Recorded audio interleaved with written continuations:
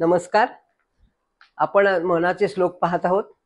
त्याच्यामध्ये मगाशी कालच आपला 8वा श्लोक झाला. आता आपण 9व्या श्लोकाचं वर्णन करणार आहोत. खरोखर आपल्याला म्हणजे खूप छान प्रतिसाद सगळीकडे मिळत आहे आणि सर्वांना मनाच्या श्लोकापासून खूप आवड निर्माण झाली आहे. मला खूप जणींचे फोन आले की तुमचा पुढचा व्हिडिओ कधी टाकणार आहात, 4था व्हिडिओ बघायचा आहे आम्हाला, 5वा बघायचा आहे. खरोखर माणसाला उत्साह देणाराच हा विषय आहे आणि म्हणून मनाशी सगळा संबंध येत असतो. पहा ना, आपण एखादं जर काही बघत असलो किंवा एखादं काही काम करत असलो, तिथे जर आपलं मन नसलं तर काही उपयोग आहे का त्याचा? मन देऊन सगळं करावं लागतं. साधी भाजी टाकायची झाली तरी देखील मन देऊन करावी लागतं, नाही का? व्यवहार करताना आता गोष्ट वेगळीच आहे आणि म्हणून आता 9व्या श्लोकात समर्थ आणखीन आपल्याला वेगळंच समजून सांगतायत. बघा, व्यवहारातलं सुद्धा ते आपल्याला किती काळजी घेतं. कधी काळी त्यांनी ते मनाचे श्लोकाचं वर्णन केलेलं ते आज आतापर्यंत सुद्धा आपल्याला जीवनामध्ये उपयोगी आणता येते. म्हणजे किती नवीन नवीन वाटते प्रत्येक गोष्ट. म्हणून 9व्या श्लोक बघूयात आपण. नको रे मना द्रव्य ते पुढिलांचे, अति स्वार्थ बुद्धी निरे पाप साचे, घडे भोगणे पाप ते कर्म खोटे, न होता मना सारिखे दुःख मोठे. खरंच मनासारखं झालं नाही तर दुःख कसं होतं ना आपल्याला.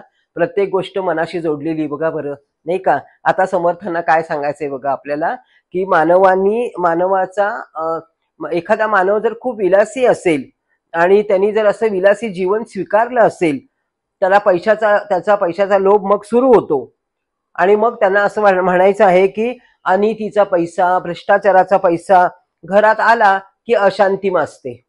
म्हणून नेहमी जुने लोक पण सांगत असत की स्वकष्टाने पैसा मिळवा, नीतीने पैसा मिळवा, असं सांगत असत आपल्याला पूर्वीचे लोक नेहमी.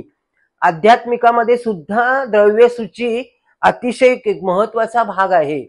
सगळ्यामध्ये द्रव्यसूची ही अतिशय महत्वाची आहे. पैशाचा व्यवहार अगदी नीटनेटका झाला पाहिजे आणि म्हणून त्यांनी पुढीला नको रे मना द्रव्य ते पुढीलांचे. आता पुढीलांचे सांगताना सुद्धा त्यांनी त्याचा 2 अर्थ आपल्याला सांगितलेले आहेत. एक म्हणजे पहिली गोष्ट,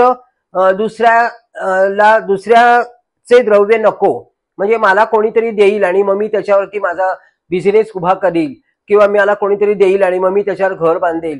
दुसऱ्याचे द्रव्य नको असं त्यांना समर्थना खडसावून सांगायचं आहे.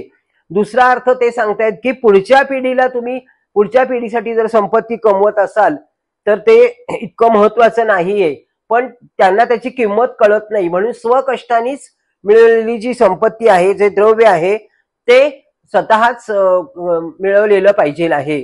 म्हणून इथं त्यांनी आपल्याला एक उदाहरण दिले छान, की ब्रह्मचैतन्य गोंदवलेकर महाराज सुद्धा आपल्या प्रवचनामध्ये सांगतात की घरामध्ये फक्त 3 दिवसाचंच पुरतील एवढं धान्य असावं आणि 4थ्या दिवशीचा धान्याचा त्यांनी त्या दिवसाची काळजीच करू नये.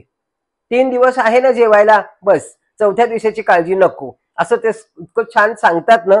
म्हणून आपल्याला संस्कृतीमध्ये जी घरामध्ये येणारी लक्ष्मी आहे, ती लक्ष्मी किती पवित्र पाहिजे आहे याचं उदाहरण ते सांगतात, की संस्कृतीने आपल्या प्रत्येकाच्या घरामध्ये लक्ष्मीची मूर्ती ठेवलेली आहे आणि प्रत्येक जण घराघरामध्ये श्रीसुक्तमचं सुद्धा पठण करतं. पण असं असून सुद्धा तुकारामांनी सांगितलेलं आहे की त्यांनी त्याची एक सीमा आखून दिली आहे तुकारामांनी, की कितपर्यंत हे असावं.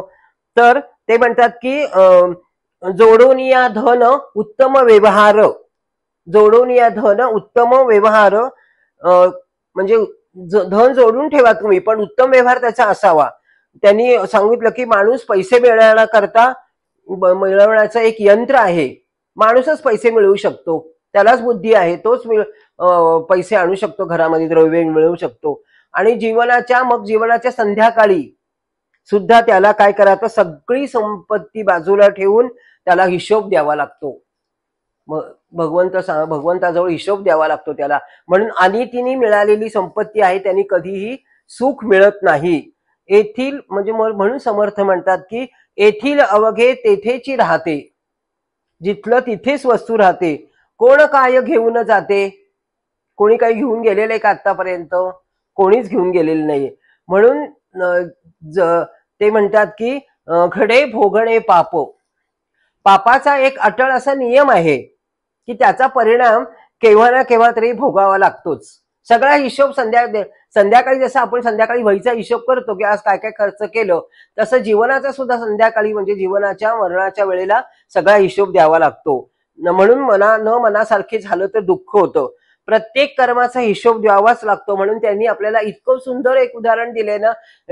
टेंबे गुरुजी सगळ्यांना माहिती असतील, टेंबे स्वामी.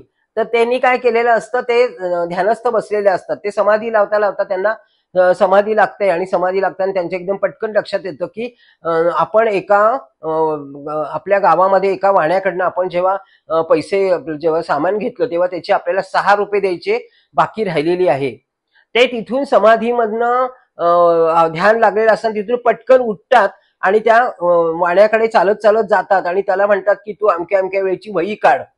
आणि त्या वही मधला हिशोब ते तपासतात आणि ते सांगतात की हे तुला 6 रुपये द्यायचे राहिलेले आहेत. आणि मग ते जातात आणि ते त्याला 6 रुपये देतात. म्हणजे जाताना सगळा हिशोब पूर्ण करायचा असतो आणि नंतर मग त्यांनी संन्यास घेतला. मग ते म्हणले की मग आता, तेव्हा त्यांची समाधी लागली, तोपर्यंत त्यांची समाधी लागली नव्हती. म्हणून ज्या ज्या वेळेला ठेंबे गुरुजी बसायचे त्यावेळेला त्याला सारखे 6 रुपये देणं आहे, 6 रुपये देणं आहे असं त्याला सारखं आठवायचं. म्हणून त्यांनी ते पूर्तता केली. हे लक्षात ठेवायचं आहे की जसजसं आपल्याला हे कुणाचं देणं असेल ते आपण कसं दिलं गेलं पाहिजे. नंतर सगळ्यात महत्वाची गोष्ट की द्रव्य हे द्रव्याची सुचिता सांगितलेली आहे. द्रव्य हे चांगल्या दृष्टीने वापरलं गेलं पाहिजे. ज्याला द्यायचं आहे, ज्याला मदत करायची आहे ते सत्कर्मी झालं पाहिजे. म्हणून सत्कर्मी करणारे, सत्कर्माला लावणारे जे आहेत